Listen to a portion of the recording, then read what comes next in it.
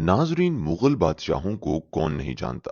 लेकिन हम अगर उनके खानदानों हस्ब नस्ब की कड़ियां जोड़ने बैठें तो उनका जद्दे अमजद कहां से जाकर मिलता है।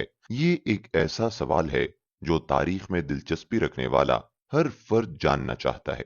मुगलिया सल्तनत ने बर्रे सगीर पाक व हिंद पर 1526 से 1857 तक हुकूमत की। इस सल्तनत की बुनियाद जहीरुद्दीन बाबर ने रखी थी। अब ये कौम कहां से आई थी और इनका जद्दे अमजद कौन था? इस कौम के बानियों के बारे में दिलचस्प व अजीबो गरीब हकाइक हम आपको आज की इस वीडियो में बताने जा रहे हैं। सबसे पहले हम आपको बताते चलें कि कहा जाता है कि मुगलों की तारीख चंगेज खान से शुरू होती है, क्योंकि ये मुगलों का पहला बादशाह था जिसने मंगोल सल्तनत की बुनियाद रखी। इसी नाम यानी मंगोल से मुगल नाम निकला है, लेकिन मुगल मंगोल से निकला है। चूंकि अरबी जुबान में गाफ का हर्फ नहीं होता, तो जब मंगोल अरब में हमला आवर हुए तो उन्हें मगोल कहना शुरू किया, जिसकी वजह से ये कौम मुगल बन गई। आमतौर पर इसके बारे में यही रवायत मशहूर है। लेकिन हम आपको बताते चलें कि वस्ती एशिया में मंगोल हुकूमत के तकरीबन 3 सदियों बाद तैमूरी खानदान की 5वीं नस्ल में बादशाह जहीरुद्दीन बाबर ने हिंदुस्तान में जो सल्तनत कायम की वो तुर्कों जैसी थी, क्योंकि बाबर और उसके बाद उनकी तुर्की बोलने वाले हुक्मरान औलादें पूरी तरह से तुर्की रंग में रंगी हुई थीं और तुर्कों में शुमार होती थीं। मंगोल का फारसी मतलब मुगल है, लेकिन हिंदुस्तानी तारीख में जिनको मुगल कहा गया है, दर हकीकत वो सैथीन है। जिस तरह तुर्क वस्ती एशिया के कदीम सैथीन कबीले में जो अब दूसरी आरई कौमों से इश्तराक की जदीद शक्ल है, शुरू में काबल का हुक्मरान बाबर मुगल के तौर पर मशहूर हो गया। सालों तक वहां हुक्मरानी करने के बाद काबुल के लोग बाबर की जाय पैदाइश से अच्छी तरह वाकिफ हो गए थे। वो जानते थे कि तैमूरी खानदान का ये हुक्मरान मुगल नहीं तुर्क है। ज्यादातर एशियाई और यूरोपियन मौर्रखीन ने हिंदुस्तान में तैमूरी सल्तनत के हुक्मरानों को मुगल और उनकी सल्तनत को मुगल सल्तनत के नाम से मौसूम किया है, जिससे गलत फहमी पैदा होती है। तैमूरी हुक्मरान दर हकीकत मुगल नहीं बल्कि मुगल नस्ल के तुर्क यानी मुगलिया तुर्क थे। मशहूर मौर्रिख एस के हिनर्जी लिखते हैं कि हिंदुस्तान में तैमूरी हुक्मरान जो मुगलों के तौर पर मशहूर हुए, दर हकीकत वस्ती एशिया के तुर्क थे। वो ईरानी कल्चर और फारसी जुबान से भी मुतासिर थे, लिहाजा ईरानी अदब और शियाइज्म का मुताला भी करते रहे। फारसी उनके दरबार की जबान हो गई, जबकि आम जिंदगी में वो और वस्ती एशिया से आने वाले सभी लोग तुर्की जुबान का इस्तेमाल करते थे। इससे साबित होता है कि हिंदुस्तान में तैमूरी हुक्मरान कौमी एतबार से तुर्क थे। सदियों से वस्ती एशिया में रहने, पैदा होने और वहां हुकूमत करने की वजह से वो अपनी आबाई नस्ल को पूरी तरह से भूल गए थे। मुगल हुकूमत में मुगल लफ्ज आमतौर पर मुगल कौम को जाहिर करता है, मगर चूंकि किसी भी सल्तनत की बुनियाद कौम नहीं बल्कि ताकत होती है, इस ताकत के जोर पर चंगेज खान से तैमूर और तैमूर से जहीरुद्दीन मोहम्मद बाबर तक ईरान और जनूबी एशिया पर हमले के नतीजे में ये लोग यहाँ मुकीम पजीर हुए। नाजरीन, अब हम पाको हिंद के मुगल हुक्मरानों की बात करें तो शहनशाह बाबर के दौर से मुगलिया सल्तनत का कयाम हुआ और इसके साथ मुगल पूरे बर्रे सगीर में फैल गए और उनकी तादाद में खातिर खा इजाफा हुआ। मुगल पाको हिंद में बाकायदा बसना शुरू हो गए।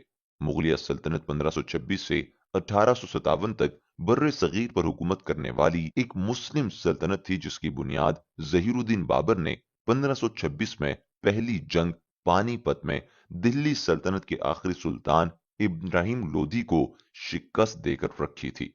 मुगलिया सल्तनत अपने उरूज में तकरीबन पूरे बर्रे सगीर पर हुकूमत करती थी, यानी मौजूदा दौर के अफगानिस्तान, पाकिस्तान, भारत और बांग्लादेश के ममालिक पर मुश्तमिल खित्ते पर इनका दौरा था। इस सल्तनत का रकबा 12 लाख मुरब्बे मील तक फैला हुआ था। तुर्की ही मुगल सल्तनत के बानी जहीरुद्दीन मोहम्मद बाबर की मादरी जुबान करार दी जाती थी। इस जुबान में मुगल सल्तनत के दफ्तरी उमूर तो सर अंजाम नहीं दिए जाते थे और ना ही सल्तनत के लिए अहमियत रखती थी, ताहम बाबर इसी जुबान में ही शेर व शायरी लिखते थे। इससे साबित होता है कि मुगलों के जद्दे अमजद तुर्क थे। हम आपको एक अजीबो गरीब रिवायत के बारे में बताएं कि तैमूरी रिवायत थी कि बादशाह के मरने के बाद शाही तख्त का वारिस बादशाह का बड़ा बेटा ही होता, लेकिन तख्त के लालच ने इस रिवायत को रोंद डाला था।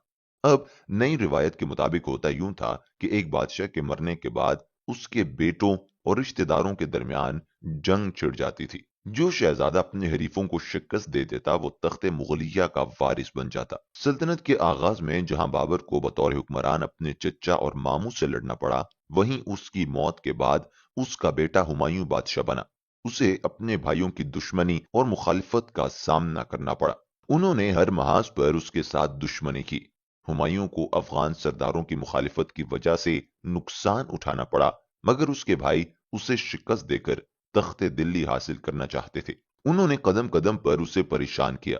बिल आखिर वो सिंध के रास्ते ईरान जाकर पनाह गुज़ीन हुआ। 15 साल बाद 1555 में उसने एक बार फिर मुगल सल्तनत हासिल की, मगर एक साल से कम अरसे में उसका इंतकाल हो गया। हुमायूं के बाद अकबर बादशाह बना और उसके बाद उसका बेटा जहांगीर तख्तनशीन हुआ। जिसी तरह ये सिलसिला चलता रहा। जहांगीर के बाद शहजादा खुर्रम शाहजहां का लकब से तख्तनशीन हुआ और इसकी मुखालिफत उसके भाई शहजादा शहरयार और शहजादा दावर बख्श ने की, मगर शाहजहां के वफादारों ने उन्हें शिकस्त देकर गिरफ्तार कर लिया। शहजादे शहरयार को अंधा कर दिया गया, जबकि शहजादा दावर बख्श मारा गया।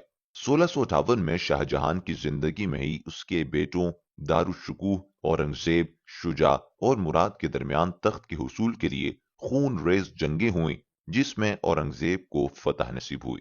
कहते हैं कि हर उरूज को जवाल है। सल्तनत उस्मानिया का जवाल औरंगजेब के दौर से शुरू हुआ। किसी भी अहद या सल्तनत का खात्मा अचानक नहीं होता। इस जवाल के पीछे हमेशा सियासी, माशी और माशरती वजूहात होती हैं, जिन्हें बर वक्त पहचान कर उनका हल नहीं निकाला जाता तो ये मसाइल दीमक की तरह अंदर से खोखला कर देते हैं और एक दिन बज़ाहिर अजीम नजर आने वाली सल्तनत जमीन बोस हो जाती है। सल्तनत मुगलिया के साथ यही हुआ, लेकिन इजाफी तौर पर एक अरसा जिल्लत और रुसवाई भी मुकद्दर रही। नाजरीन, जवाल का एक बड़ा सबब यह था कि हिंदुस्तान में बहुत से मजहबी अकायद के साथ लोग अपनी जिंदगियां गुजार रहे थे। अपने पेशरू बादशाहों के सेकुलर पॉलिसी के बरक्स औरंगजेब आलमगीर का मुतशद्दुद और मुतासब मजहबी रवैया जवाल की बुनियाद में अहम हिस्सेदार था। बड़े बड़े ओहदों पर आलमगीर ने भी गैर मुस्लिमों को रखा, लेकिन यह भी काफी साबित न हुआ।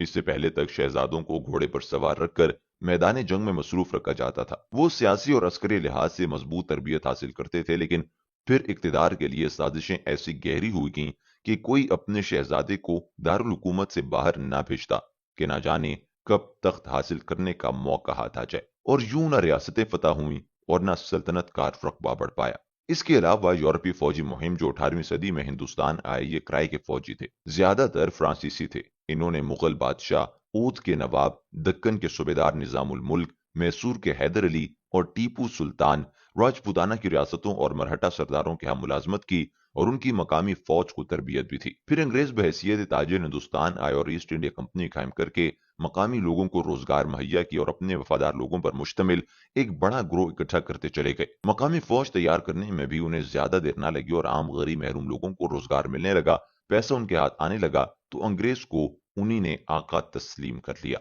नाजरीन, कहा जाता है कि सल्तनत की अजमत को कायम रखने के लिए हुक्मरान खानदान को हमेशा कुर्बानियां देनी पड़ती हैं, लेकिन ये कुर्बानियां इसी सूरत में सिला देती हैं जब हुकूमत मिलने उस पर मुकम्मल गिरफ्त हो और वजीर, मुशीर, उमरा सब हुक्मरान के हुक्म के ताबे हों। मुगल खानदान के बादशाह जहांदार शाह, फरखशेर, अहमद शाह और आलमगीर सानी कत्ल हुए, जबकि शाह आलम को अंधा कर दिया गया। लेकिन ये सब कुर्बानियां रायगा गईं, वजह सिर्फ एक थी कि इस खानदान मुगलिया की सलातीन तालीम और तरबियत के फुकदान के बाइस सियासी और माशरती लिहाज से बहुत पीछे रह गए थे।